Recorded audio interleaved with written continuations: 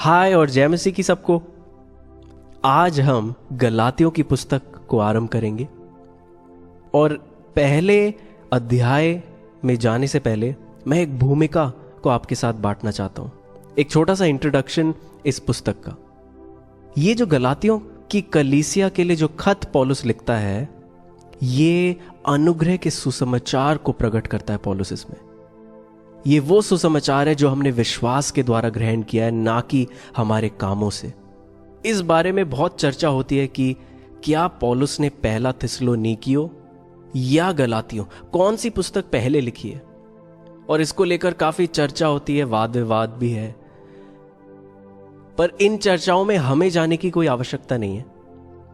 महत्वपूर्ण क्या है वो है ये जो प्रकाशन सुसमाचार का हम इस खत में पाते हैं, उसको ग्रहण करना ही सबसे ज्यादा महत्वपूर्ण है। जब हम इस संदेश को जो पौलुस इसमें लिखता है पवित्र आत्मा की मदद से सच्चाई से हम जान सकेंगे, हम स्वतंत्र हो जाएंगे अपनी आदतों से। कौन सी आदत? वो आदत कि बस मैं कुछ करूं प्रभु के लिए कि वो मुझसे खुश हो जाए। इस खत को लिखने का क्या कारण हो सकता है? पौलुस इस खत को लिखता है कि वो उस सच को सामने रख सके जिसका प्रचार उसने इन लोगों से किया था। ये जो लोग थे गलातियों की कलीसियाओं में, ये यहूदी नहीं थे। पर कुछ समय बाद क्या हुआ, कुछ यहूदी गुप्त रीति से जासूसी करने आए इनके बीच में। उनका एक ही उद्देश्य था कि वो इस सुसमाचार में मिलावट कर दें। ये सुसमाचार का प्रचार जो पौलुस ने किया था, जो इन लोगों ने विश्वास के द्वारा ग्रहण किया था, उसमें ये मिलावट करने आए थे कि ना केवल तुम्हें विश्वास करना है, वरन कुछ करना पड़ेगा कि तुम उद्धार पा सको। पौलुस इस चिट्ठी को आरंभ करता है कुछ अद्भुत सच को प्रकट करके, और ऐसा करके वो एक दृढ़ नींव डालता है इस खत के आरंभ में ही। वो कहता है कि मेरी बुलाहट और मेरा भेजा जाना कुछ मनुष्यों के द्वारा नहीं हुआ, किसी एक मनुष्य ने मुझे नहीं भेजा, वरन स्वयं सृष्टिकर्ता परमेश्वर ने मुझे तुम्हारे पास इस सुसमाचार को लेकर भेजा है। वो क्या कहना चाह रहा?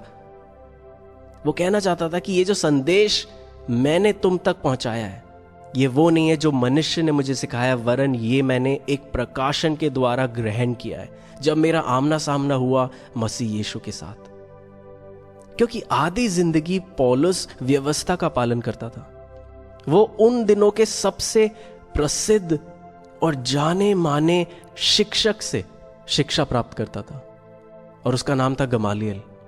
और इस व्यवस्था का पीछा वो करता था पूरे उत्साह के साथ, इस व्यवस्था का पालन करता था वो पूरे उत्साह के साथ, और मसीह की देह को वो नाश करता था।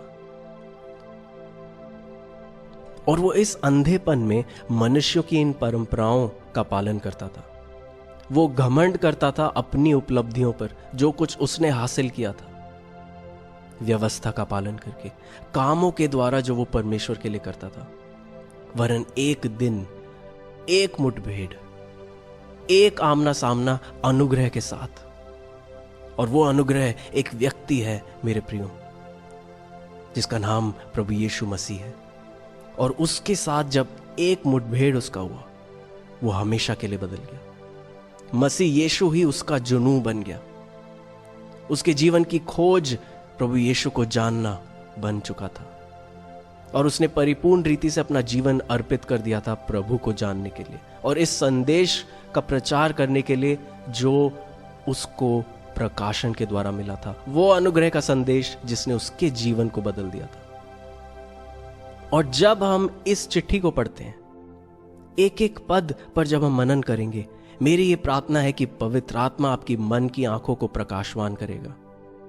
इस सच को वो प्रकट करेगा कि सिर्फ और सिर्फ विश्वास ही से हम परमेश्वर को प्रसन्न करते हैं, ना कि अपने कामों से। और मेरी ये प्रार्थना है कि ये संदेश जो गलातियों की पुस्तक में है, आपके जीवन में एक ऐसी आजादी और स्वतंत्रता लाए जो आपको प्रज्वलित कर दे कि इस संदेश को लिए आप चारों ओर जाओ और लोगों को आजाद करो। आमेन। तो प्रभु का धन्यवाद हो।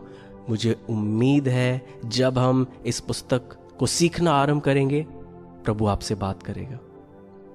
Thank you. आज के लिए इतना ही।